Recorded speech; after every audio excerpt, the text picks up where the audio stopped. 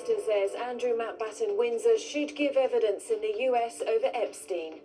As new photos of the former prince emerge in the latest release of the Epstein files, Sir Keir Starmer agrees that it is time for him to testify about what he knew. And those new pictures add to the pressure. This story is extraordinary. It's been going on since 2010, and now we're in 2026, so 16 years of the drip feeding of negativity.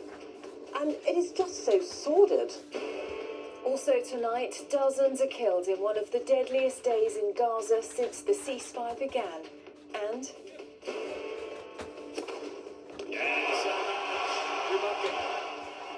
an upset in the Australian Open Women's Final. A former Wimbledon champion fights back to win her second Grand Slam.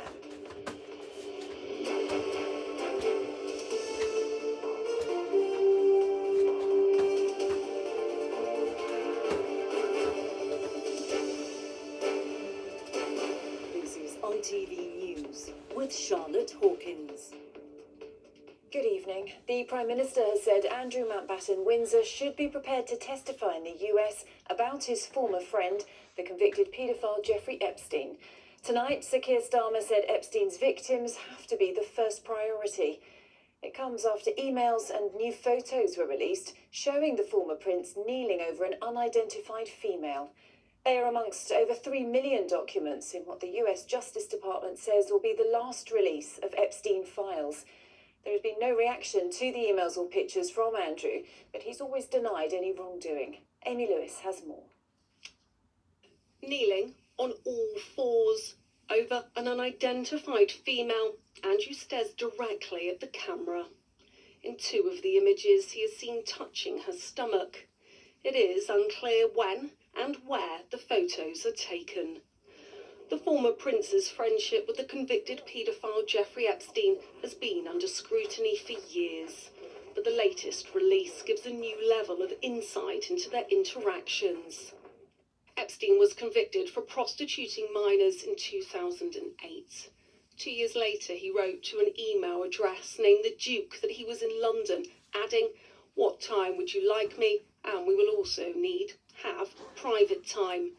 The Duke replies, "We could have dinner at Buckingham Palace and lots of privacy. Signed, A."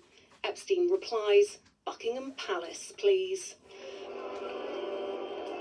An email that appears to be from Andrew's ex-wife Sarah Ferguson to Epstein after that conviction thanks him for being the brother I have always wished for, and she adds that she had never been more touched by a friend's kindness. It also reveals Epstein wanted Ferguson to release the statement saying he was not a paedophile. There has been no comment from the King, who was at Sandringham today. He stripped his disgraced brother of his royal titles last year. Elsa Anderson was Queen Elizabeth's press secretary for 12 years. This story is extraordinary. It's been going on since 2010, and now we're in 2026, so 16 years of the drip feeding of negativity. And it is just so sordid. So I think the King and Queen and members of the royal family will just be exasperated and unhappy because it takes away all the good things, all the positive stories that they're trying to promote. We have contacted Andrew's representatives and received no comment. He has previously repeatedly denied any wrongdoing. But this is the kind of exposing and embarrassing detail that Andrew Mountbatten Windsor and Sarah Ferguson never wanted us to see. Amy Lewis, ITV News. Our political correspondent David Wood is here. David, the Prime Minister was coming back from Japan, wasn't he? He was asked about Andrew's appearance in this latest release of the Epstein files. Tell us more about what he had to say. Well, as part of that journey, he was in a huddle with journalists, and the question that he was asked specifically was whether Andrew should testify in the US, and his reply was essentially yes, before he then went on to repeat what he said in the past, is that it's the victims who matter here, and that anyone who has any information should share it. OK, and Labour's revealed their candidate, haven't they, for the Gorton and Denton by-election today. Is the Prime Minister flying back into calmer waters, On this one, obviously, Andy Burnham was blocked from the race, or do you suspect there's still maybe a storm brewing on this one? I think there'll be unity around the candidate, a councillor in the Manchester area, but there won't be any more unity outside of that. We've seen briefings against Andy Burnham today, so much so that one of his allies, Steve Rotherham, a fellow mayor, called for all of it to stop. That, while some of the top brass of the Labour Party were on the campaign trail saying Labour's the only party that can beat reform in this by-election. Huge pressure then on the Prime Minister. I've been speaking to some of his critics within the party. They think the by-election's already been lost and it should be a Labour seat. The Prime Minister will get a lot of criticism from within his own party if it doesn't hold this seat. He needs a lot of rest on this plane because he won't be getting any when he lands. Good point, David. Thanks very much. Children are among at least 32 Palestinians reported killed in a wave of Israeli airstrikes on Gaza today. It's one of the deadliest days for the region since a ceasefire was agreed last October. Laura Jones has more. Grief on the streets of Khan Yunis after a series of strikes by Israel hit locations in northern and southern Gaza earlier today. Left tents, homes here burnt out. This man says he lost relatives in the attack. I was about to put on my slippers when I heard something explode. We came running and found my cousins lying here and there with fire raging. This apartment building in Gaza City was left crumbling. Shifa Hospital said that 2 women and 3 children were killed, while a nearby police station is now in ruins. Dozens of Palestinians lost their lives in these attacks, according to local hospitals. And Gaza's health ministry said dozens more were injured. It marks one of the deadliest days since the ceasefire agreement brokered by US President Donald Trump in October, with Israel linking this to an incident in Rafah yesterday. Troops reportedly discovered Hamas gunmen emerging from a tunnel there, which Israel says it regards as a breach of the ceasefire. The wave of strikes comes a day before the Rafah crossing with Egypt is due to reopen, as part of the second phase of the ceasefire agreement. It's seen as a lifeline for many in need of treatment and aid, at the sharp end of a fragile truce.